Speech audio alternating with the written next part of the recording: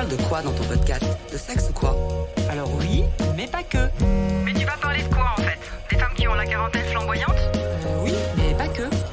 T'es née en quelle année, toi? Celle du choc pétrolier. Ah, tu pourrais largement être ma mère, en fait. Cette jupe en léopard, je peux la porter? Tu veux dire encore la porter? Ce podcast a été rendu possible grâce à Firmament Store, le concept store des femmes enceintes et allaitantes, mais pas que enceintes parce qu'on a envie de tout acheter pour faire plaisir aux futures mamans. La boutique est boulevard Pereire dans le 17e ou sur internet www.firmament.com. Un grand merci à Marguerite et à toute l'équipe. Et en même temps, fuck. Et en même temps, fuck. Et en même temps, fuck. Bonjour et bienvenue dans le podcast numéro 4 de Et en même temps, fuck. On est dans les temps, maman?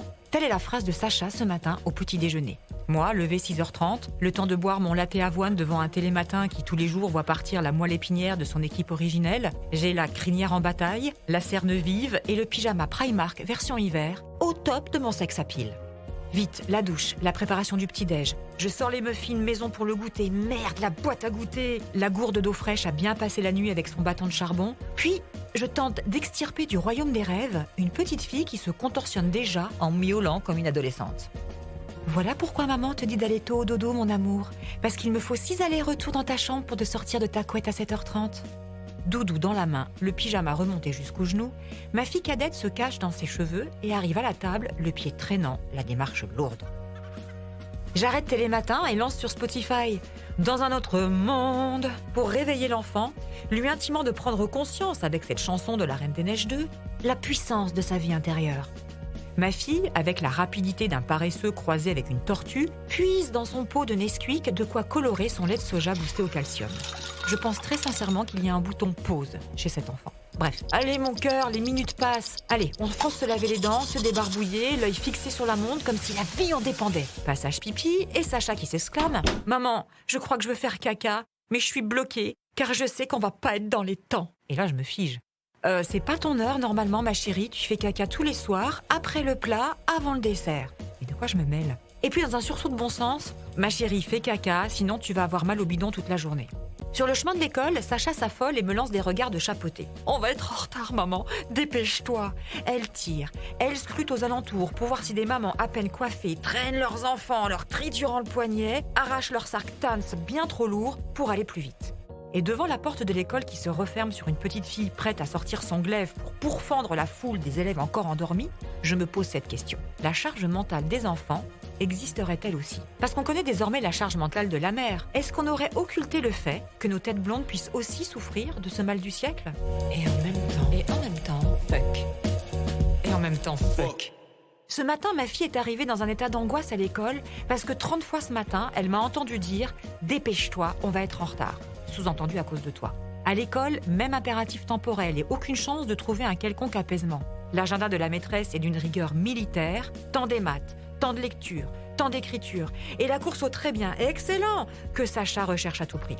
Il y a 15 jours, elle nous a fait une crise terrible. Hyperventilation, crise de larmes, refusant d'aller à l'école car la maîtresse la sommait d'aller plus vite. Après une longue conversation avec cette dernière, j'apprends que ma fille est en retard sur les autres parce qu'elle veut trop bien faire. Elle écrit, elle gomme, elle recommence, elle écrit, elle gomme, elle recommence.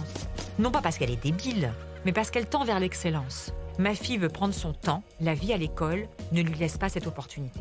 Donc, pourquoi cette petite fille se met à 6 ans dans un état de quasi-burn-out digne d'une quadra satellisée? Pourquoi me pique-t-elle mon burn-out? Dans quel monde vit-on pour que l'insouciance légitime dans lequel devraient baigner nos bambins ait été pulvérisée dès lors qu'ils ont achevé leur dernier biberon? Et encore, dépêche-toi de faire ton rototo, mon amour. Et vas-y que je te soulève un bras. Et vas-y que je te soulève l'autre bras. Que je te berce dans le bon sens. Que je te masse le ventre dans le sens de l'aiguille d'une montre. Même pas moyen de roter à son rythme.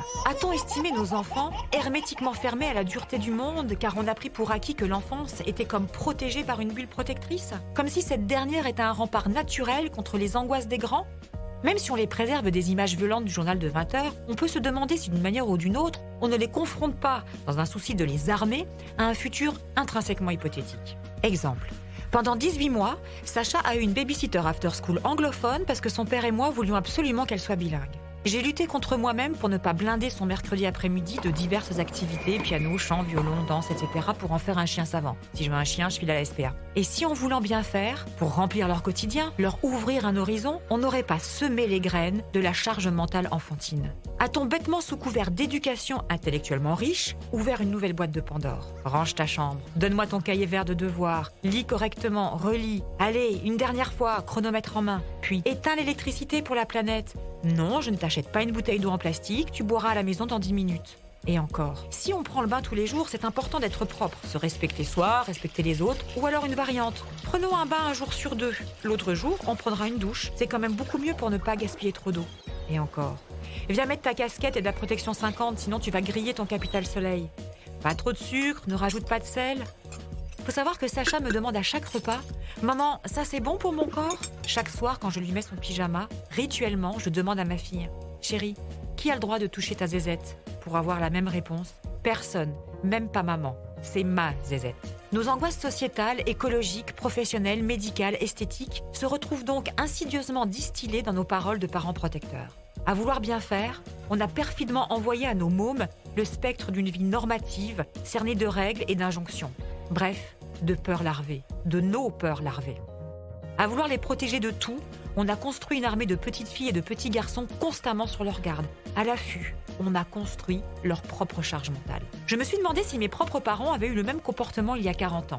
Et je ne me rappelle pas d'autres injonctions que celle de bien travailler à l'école pour obtenir un job. Je ne me souviens pas de pression sociale.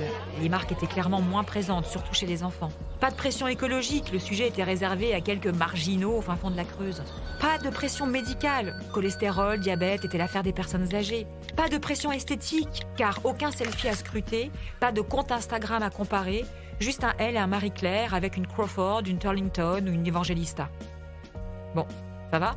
Je vous ai grillé la journée. Comment faire pour bien faire? Honnêtement, j'ai pas de réponse. Mais je souhaite juste, quand nous parlons à nos enfants, que nous soyons lucides et que nous essayions peut-être de tempérer nos légitimes craintes. En revanche, ce soir, c'est lâcher de Danette au dessert. Promis.